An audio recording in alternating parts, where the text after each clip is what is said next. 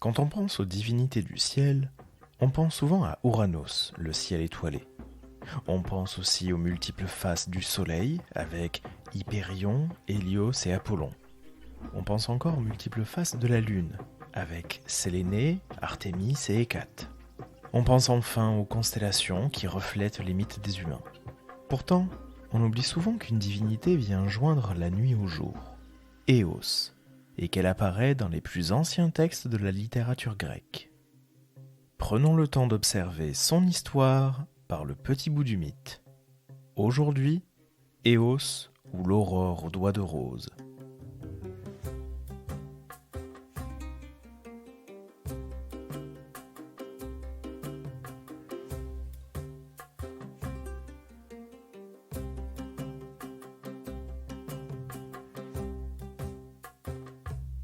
L'aube est un moment important dans les récits d'Homère, ceux de la guerre de Troie, que ce soit dans l'Iliade ou dans l'Odyssée. Elle annonce la reprise prochaine des combats. Peut-être avez-vous déjà lu ou entendu l'épithète homérique de cette déesse, appelée bien souvent Aurore aux doigts de rose, qui se dit Rhododactylos Eos dès le premier chant de l'Iliade d'Homère. Et voici sa première apparition. Le soleil plonge et l'ombre vient. On s'étend le long des amarres, puis, quand, au matin, paraît aurore aux doigts de rose, on prend le large pour regagner le vaste camp des Achéens. Une autre épithète homérique est proposée par le poète, puisqu'elle est dite au voile de safran, ou en robe de safran, comme le traduit Paul Mazon dans le chant 19, au moment où Achille reçoit les armes qui ont été forgées par Héphaïstos. Aurore en robe de safran se lève des eaux d'océan, afin de porter la lumière aux immortels comme aux humains quand Thétis arrive au nef, portant les présents du dieu. Et justement, cette lumière donnée aux hommes comme aux dieux est présente dans plusieurs chants du poème, comme au deuxième. C'est le moment où la divine aurore s'en vient vers le haut Olympe pour annoncer le jour à Zeus ainsi qu'à tous les immortels. Et l'Iliade est rythmée par ces passages d'Éos, toujours précédés du coucher du soleil sans que la scène ne se vide complètement. La nuit est tout autant le moment des rencontres que la journée. Cette Éos est une grande divinité de la même génération que Zeus. Elle est la fille du titan Hypérion, l'incarnation du soleil au zénith ou de la lumière céleste. Son nom signifie justement « celui qui est au-dessus ». Éos a pour mère la titanie de Théia, dont le nom signifie « la divine ». Éos est donc une descendante directe de l'union du ciel, Ouranos, et de la terre, Gaïa. Laissons parler le poète grec archaïque Hésiode dans sa Théogonie. Théia mit au monde et le grand soleil, et la brillante lune, et Aurore, qui luit pour tous ceux d'ici-bas, comme pour les dieux immortels, maîtres du vaste ciel. Cette généalogie est suivie par tous les auteurs, faisant d'Hélios, le soleil, Éos, l'aurore, et Sélénée, la lune, les trois membres de la même fratrie. Et ces divinités célestes ont un cycle très réglé et connu des anciens. Lors de l'épisode de la gigantomachie, ce combat entre les géants, les fils de la terre, et les dieux olympiens, sous les ordres de Zeus, Zeus commande aux trois membres de la fratrie, comme nous le rappelle Apollodore. Il existait chez les dieux un oracle qui disait que nul géant ne pouvait périr par les dieux seuls, mais que, si un mortel s'alliait aux dieux, les géants mourraient. Quand elle l'apprit, Gaïa se mit en quête d'une drogue, pour que les géants ne puissent pas succomber non plus sous les coups d'un mortel. Mais Zeus défendit à l'aurore, à la lune et au soleil de se montrer, et, devançant Gaïa, il cueillit lui-même la plante, tout en faisant appel, par l'entremise d'Athéna, à l'alliance d'Héraclès. Pendant la guerre de Troie aussi, Éos est retenu, tout du moins après cette guerre et après les différents retours des Grecs dans leurs contrées respectives. On appelle les récits de ces retours les nostoi. Le nostos le plus connu est celui d'Ulysse, c'est l'Odyssée. L'extrait suivant se situe au moment où Ulysse retrouve son épouse Pénélope à Ithaque. L'aurore aux doigts de rose les eut trouvés pleurant, sans l'idée qu'Athéna, la déesse aux yeux pères, eut d'allonger la nuit qui recouvrait le monde. Elle retint l'aurore au bord de l'océan, près de son trône d'or, en lui faisant défense de mettre sous le joug, pour éclairer les hommes, ses rapides chevaux, Lampos et Phaéton, les poulains de l'aurore. Le poète nomme les deux chevaux d'Éos, Lampos, c'est-à-dire le brillant, le resplendissant, et Phaéton, qui brille comme le soleil. Les 3 membres de la fratrie, Hélios, Séléné et Éos, possèdent un char tiré par des chevaux, dont le nombre peut varier et se situe souvent autour de 4. Mais elle est aussi accompagnée des heures, les déesses des saisons. Les heures peuvent être 12 et servir de cortège à Éos, comme représentation des signes du zodiaque, ou bien être les servantes des rats si elles ne sont que 4. Le poète d'époque tardive Quintus de Smyrne décrit justement l'ensemble du cortège d'Éos au détour d'une comparaison du cortège de l'Amazone Penthésile. Telle paraît Éos, lorsqu'elle descend de l'Olympe inébranlable, le cœur enorgueilli par l'éclatante blancheur de ses chevaux. Les heures aux jolies tresses lui font un cortège, mais aucune d'elles n'égale le rayonnement de sa splendeur, quoique leur beauté soit sans tache. Telle Penthésile s'avance vers la ville de Tros, superbe au milieu de ses Amazones. Éos a connu de nombreuses liaisons, mais elle a épousé un fils de Titan, de la même génération qu'elle, le dieu Astréos, ou Astraios en grec, dont le nom est à rapprocher du mot grec aster, qui désigne un astre, un objet du ciel. Et voici justement comment Hésiode poursuit sa généalogie des dieux. Unie à l'amour de Cryos, Eurybie, divine entre les déesses, enfanta le grand Astraios, et Pallas et Persès, qui entre tous brillaient par son savoir. À Astraios, Aurore enfanta les vents au cœur violent, Zéphyr, qui éclaircit le ciel, Borée à la course rapide, Notos enfin, naquirent de l'amour de la déesse entre les bras du dieu. Et, après les vents, déesse de l'aube, elle enfantait l'étoile du matin et les astres étincelants dont se couronne le ciel. On vient de le voir, Éos et Astréos sont les parents des vents, appelés anémoi par les Grecs. Leur nombre varie fréquemment, mais les auteurs s'accordent sur certains noms, dont les principaux sont Borée, le vent froid du nord, Zéphyr, le vent bienfaisant de l'ouest, et Notos, le vent chaud du sud. Ajoutons à cette liste Euros, le vent de l'est, qui n'est pas cité par Hésiode, mais aussi Césias, le vent du nord-est, Apéliote, celui du sud-est, Lips pour le sud-ouest et Skiron pour le nord-ouest. Pour récapituler, si l'on prend une rose des vents depuis le nord dans le sens des aiguilles d'une montre, on a Borée, Césias, Euros, Apéliote, Notos, Lips, Zéphyr et Siron. Hésiode l'a précisé aussi, Éos est la mère de l'étoile du matin, Éos Phoros, littéralement le porteur d'aube ou porteur d'aurore, assimilé au dieu Lucifer des Romains, puisque lui aussi est porteur de lumière en latin. A l'inverse, l'étoile du soir, Hespéros, n'est pas toujours présent chez les auteurs. Les autres astres sont eux aussi les enfants de ce couple divin, tous arrangés par Koios ou Céos, le père de Léto, qui agence les constellations dans le ciel. Cela dit, Éos a connu d'autres amours qu'Astréos, et a eu quelques autres enfants. Tout cela vient d'une malédiction lancée par la déesse Aphrodite. Les auteurs antiques sont peu loquaces sur cet épisode, à tel point qu'il fait l'objet d'une simple parenthèse dans un récit de la bibliothèque d'Apollodore, dont voici l'intégralité. Aphrodite rendait l'aurore perpétuellement amoureuse parce qu'elle s'était unie à Arès. C'est court.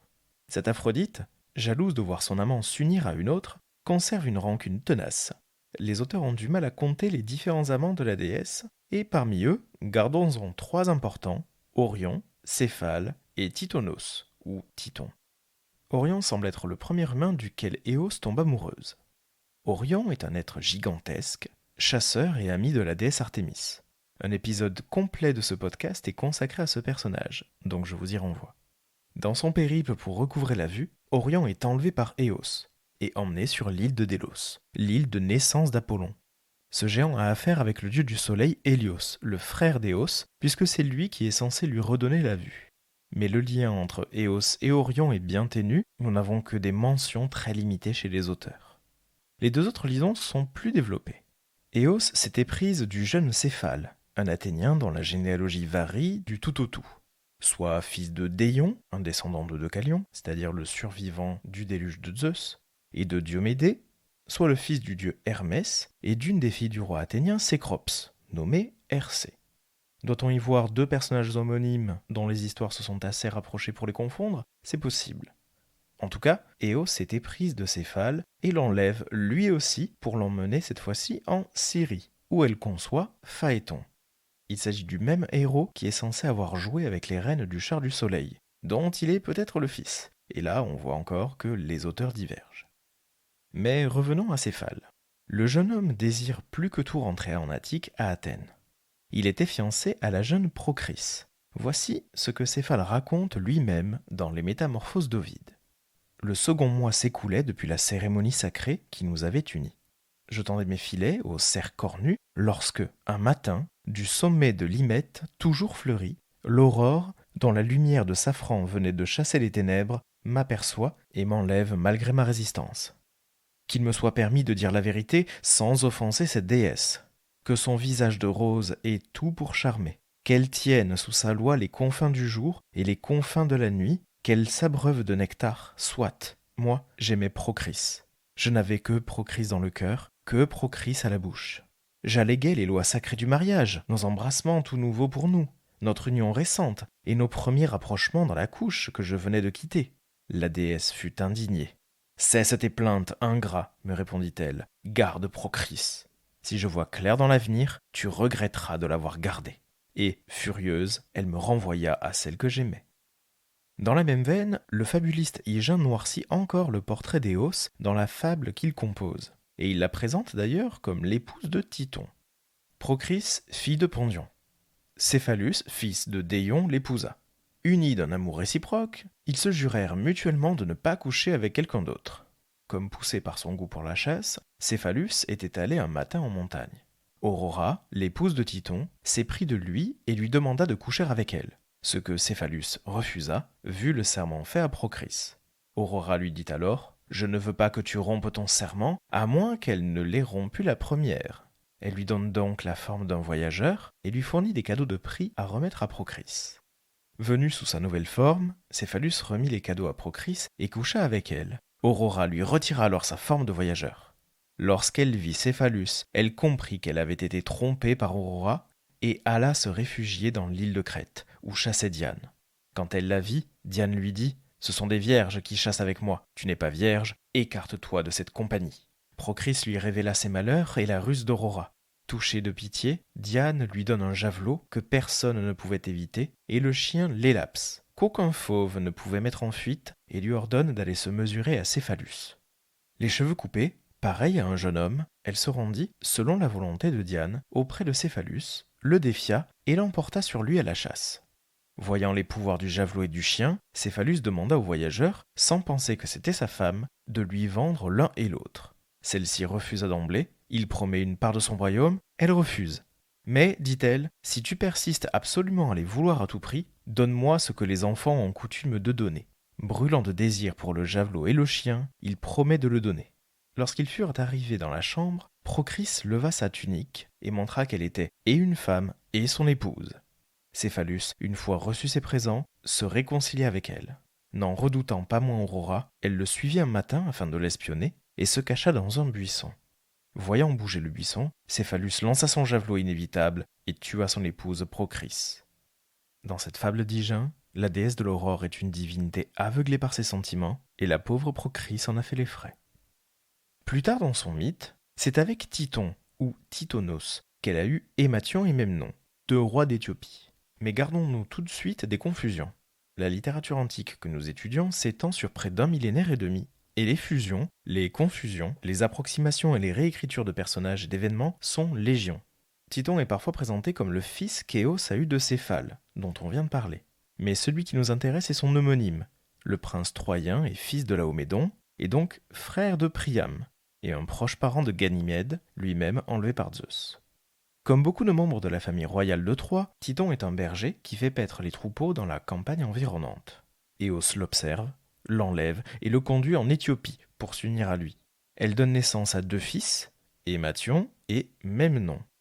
Focalisons notre attention sur le personnage de Titon, et laissons Aphrodite raconter à Anchise l'histoire de ce couple, juste après avoir rappelé l'enlèvement de Ganymède par Zeus et les présents offerts par le dieu au père du prince. C'est encore un homme de votre race que Titon, pareil aux immortels, fut enlevé par Aurore au trône d'or. Elle s'en fut demander aux Chronides, aux nuées sombres, de lui donner l'immortalité et la vie pour toujours. Zeus y consentit d'un signe de tête et exauça son vœu. Quelle naïveté! Elle ne songea point en son esprit l'auguste aurore à demander la jeunesse et la faveur d'effacer la funeste vieillesse. Tant qu'il avait la charmante jeunesse, il jouissait de l'amour d'Aurore au trône d'or, fille du matin, et demeurait sur les bords d'océan au bout de la terre. Mais quand les premiers poils grisonnants se répandirent sur son beau front et dans sa noble barbe, l'auguste Aurore s'éloigna de son lit. Elle le nourrissait de froment et d'ambroisie au fond de sa demeure, et lui donnait de beaux vêtements. Mais lorsque l'odieuse déesse l'eut accablé de tout son poids, et qu'il n'eut plus la force de mouvoir ni de soulever ses membres, voici quelle idée parut la meilleure à son esprit. Elle le déposa dans un appartement dont elle poussa les portes éclatantes. Il répand sans cesse un flux de paroles et n'a plus rien de la vigueur qui résidait naguère en ses membres flexibles. Et dans ce poème, dans cet hymne homérique à Aphrodite, la demande d'Éos d'offrir la vie éternelle à Titon vient du fait que sa sœur, Sélénée, déesse de la lune, a obtenu un pareil honneur pour son amant Endymion, lui conférant une jeunesse éternelle grâce au sommeil dans lequel il est plongé. Le ton d'Aphrodite prouve qu'elle est parvenue à se venger d'Éos et qu'elle ne fera plus la même erreur. Certains auteurs, comme le commentateur Servius, avancent qu'Éos a finalement transformé Titon en cigale et que son flot de paroles est devenu le chant ininterrompu de cet insecte. On l'a dit, Éos a eu de Titon 2 enfants sur le sol éthiopien. D'abord Émathion, puis Memnon. Les 2 demi-dieux ne semblent pas être nés au même moment. Une génération humaine les sépare, puisque Émathion a croisé la route d'Héraclès et que Memnon a participé à la guerre de Troie. Il reste peu d'extraits mentionnant Émathion et son combat contre Héraclès, qui le tue. C'est Memnon qui est mis en avant, puisqu'il est l'un des derniers adversaires d'Achille. Même si l'aurore semble neutre dans l'Iliade, puisqu'elle survole les humains et les dieux, comme la plupart des divinités, elle a choisi un camp, celui des Troyens, puisque ses enfants sont de sang troyen. Le combat entre Achille et Memnon est celui de 2 fils de déesses et d'humains, et ce sont donc 2 héros au sens génétique du terme, un parent humain, un parent divin. Leur force et leur habileté sont immenses, mais leur arrogance l'est aussi. Leur combat est rapporté dans la suite d'Homère ou les post-homériques du poète Quintus de Smyrne. Et Memnon prend la parole. Maintenant, je compte bien que tu vas accomplir ton triste destin et mourir, terrassé par mon bras. Tu ne sortiras plus vivant de la bataille. Misérable, pourquoi donc égorgerais-tu sans pitié les Troyens ? Ah, tu te flattais de valoir 100 fois mieux que tous les hommes, d'avoir pour mère une immortelle, une Néréide. Eh bien, il est désormais venu pour toi le jour fatidique, car je suis de la race des dieux, moi le fils vaillant d'Éos, que les Hespérides au teint de lys ont élevé, hors de ce monde, sur les rives de l'océan. Étant qui je suis, aurais-je lieu de me dérober devant toi ? Dussions-nous lutter jusqu'à la mort ? Je sais combien ma mère divine l'emporte sur la Néréide dont tu prétends descendre toi-même. L'une procure la lumière aux bienheureux comme aux mortels, il est en son pouvoir de conduire à leur terme, sous la voûte de l'Olympe immuable, toutes les belles et nobles œuvres qui servent au bonheur des hommes. L'autre reste blottie dans les abîmes inféconds de la mer. Elle vit avec des monstres, paradante au milieu de ces poissons, oisive et ignorée. Je ne me soucie point d'elle, et ne la tiens point pour l'égale des immortels du ciel. Et la bataille entre les 2 héros est sanglante, et la déesse de la guerre, Enyo, rallonge la journée pour que tous, à la fois dieux et mortels, puissent assister à ce combat magistral. Et le poète poursuit. Là donc, parmi les morts et le sang, guerroient les glorieux fils des bienheureux, sans pouvoir assouvir leur mutuelle rancœur, quand soudain la discorde lève la balance douloureuse du combat. L'équilibre des plateaux se rompt, et voici que le Péléide touche le divin Memnon à la base de la poitrine. Son glaive noir lui ressort par le dos. La vie du héros se brise sur le cou en pleine fleur. Il tombe dans un sang noir. Son armure sonne avec un indicible fracas. La terre retentit sous lui, et ses compagnons, pris de panique, se dispersent. Éos pousse un cri de douleur et se voile dans les nuages. La terre s'embrume. Mais déjà, tous les vents, à tire-d'aile, sur ordre de leur mère, accourent d'un seul train dans la plaine de Troie. Vite, ils enveloppent le mort. Puis, en levant soudain le fils d'Éos, ils l'emportent dans une vapeur blafarde, le cœur désolé par la mort de leur frère péri au combat. L'éther gémit alentour. Les gouttes de sang que ses membres laissent alors tomber sur la terre se sont changées en reliques qui garderont sa mémoire jusque dans les générations à venir. Les dieux en effet ont rassemblé ces éclaboussures éparses pour en faire un fleuve bruissant. le Paphagloneios, comme l'appellent tous les habitants qui vivent sous les derniers contreforts du massif idéen. Son cours, sur la terre nourricière, charrie du sang chaque fois que revient le triste anniversaire de la mort de Memnon. Une odeur atroce, insupportable s'exhale de ses os, comme si une blessure fatale épanchait encore les effluves nauséabonds d'une humeur corrompue. Telle a été la volonté des dieux. Cependant, à tire d'aile, les vents emportent, en rasant le sol, le fils vaillant d'Éos derrière un sombre voile de ténèbres. Les Éthiopiens non plus ne restent pas à l'abandon, loin de leur souverain défunt. Eux aussi, un dieu les emmène sur l'heure. Répondant à leurs désirs, il leur octroie telle légèreté qu'ils peuvent, sitôt qu'ils ont reçu ce don, voler au sein des brumes. Ils suivent alors les vents, en pleurant sur leur roi. Et un peu plus loin dans le récit, Quintus nomme Éos Érigénie, et il poursuit ainsi. Enfin les vents infatigables, avec de sourdes plaintes, déposent le cadavre de Memnon, expert au corps à corps, sur les rives de l'Azépos, le fleuve au cours profond, là où s'élève aujourd'hui le bosquet des nymphes aux jolies tresses. C'est un bois magnifique que les jeunes filles d'Azépos ont planté plus tard autour du vaste tombeau, une épaisse futaie où se mêlent les essences les plus diverses. Pour lors, les déesses entonnent en chœur, à maintes reprises, la lamentation funèbre à la gloire du fils d'Érigénie au beau trône. Mais la clarté du soleil disparaît. Éos descend du ciel en pleurant son enfant chéri, entouré de ses compagnes, les 12 vierges bouclées, qui président à la route sublime qu'Hypérion suit dans ses révolutions, à la nuit et au jour, et à tout ce qui s'accomplit par le vouloir de Zeus. Ce sont elles qui, rangées autour des portes infrangibles de sa demeure, circulent en entraînant dans leur ronde l'année lourde de fruits et font se succéder tour à tour sur le cercle zodiacal les frimas de l'hiver, les fleurs du printemps, les délices de l'été et les raisins de l'automne. Donc, lorsqu'elles sont descendues des cimes de l'éther en versant à flots des larmes sur Memnon, tandis que les Pléiades gémissent de concert, les vastes montagnes et les eaux de l'Ésépos font leur écho alentour. Les sanglots ne connaissent pas de trêve.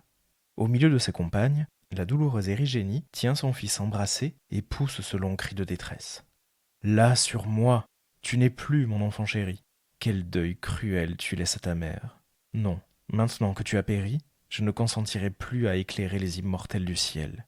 Je descendrai dans les affreux abîmes des enfers, là-bas où s'est envolée ton âme, loin de ton corps sans vie. Et je laisserai s'épandre sur l'univers le chaos et la hideuse nuit, afin que le chronide, au plus profond du cœur, connaisse aussi le tourment.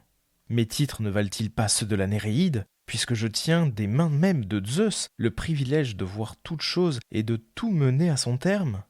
Vains honneurs! Sinon, Zeus n'aurait-il pas eu égard à ma clarté?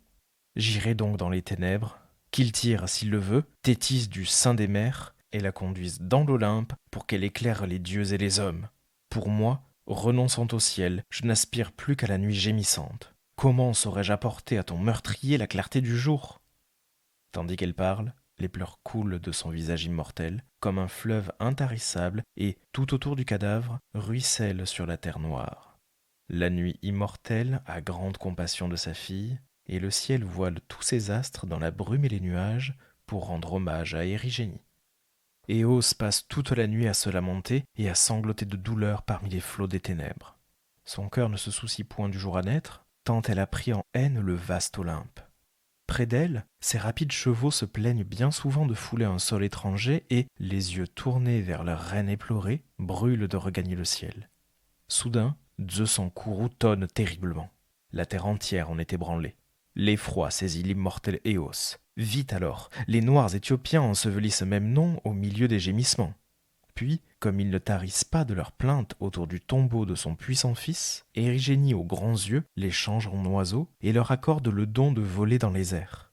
On les voit encore se rassembler autour du tertre de leur roi et répandre en sanglotant de la poussière sur le monument funèbre. Puis ils se livrent entre eux des combats pour rendre hommage à Memnon. Lui, dans les demeures d'Hadès, ou peut-être au pays des bienheureux, sur le sol de la terre élyséenne, il exulte de joie, tandis que le cœur de l'immortel Éos se réconforte à ce spectacle. Telle est la tâche que le vouloir d'Érigénie, la pourvoyeuse du jour, assigne pour l'avenir à ces belliqueux oiseaux. Pour lors, l'immortel Éos remonte dans le ciel au milieu des heures fécondes. Ses compagnes l'entraînent, malgré son désir, vers le parvis de Zeus, en lui prodiguant les consolations qui peuvent fléchir le deuil le plus accablant. En dépit du chagrin qui la tourmente encore, elle la garde d'oublier sa course, tant elle redoute les constantes remontrances de Zeus dont procèdent toutes choses, aussi bien celles que les eaux de l'océan enferment en leur sein que la terre et le trône des astres en feu. Les Pléiades précèdent sa marche, puis, s'avançant à son tour, elle ouvre les portes de l'éther et dissipe les ténèbres.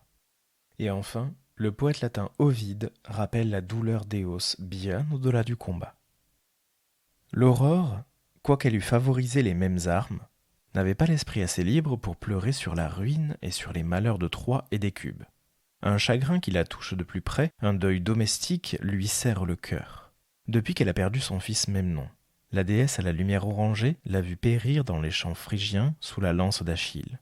Elle l'a vu, et aussitôt la couleur vermeille qui annonce le matin a pâli, et le ciel s'est voilé de nuages. La malheureuse mère n'a pu supporter le spectacle du corps déposé sur le bûcher fatal.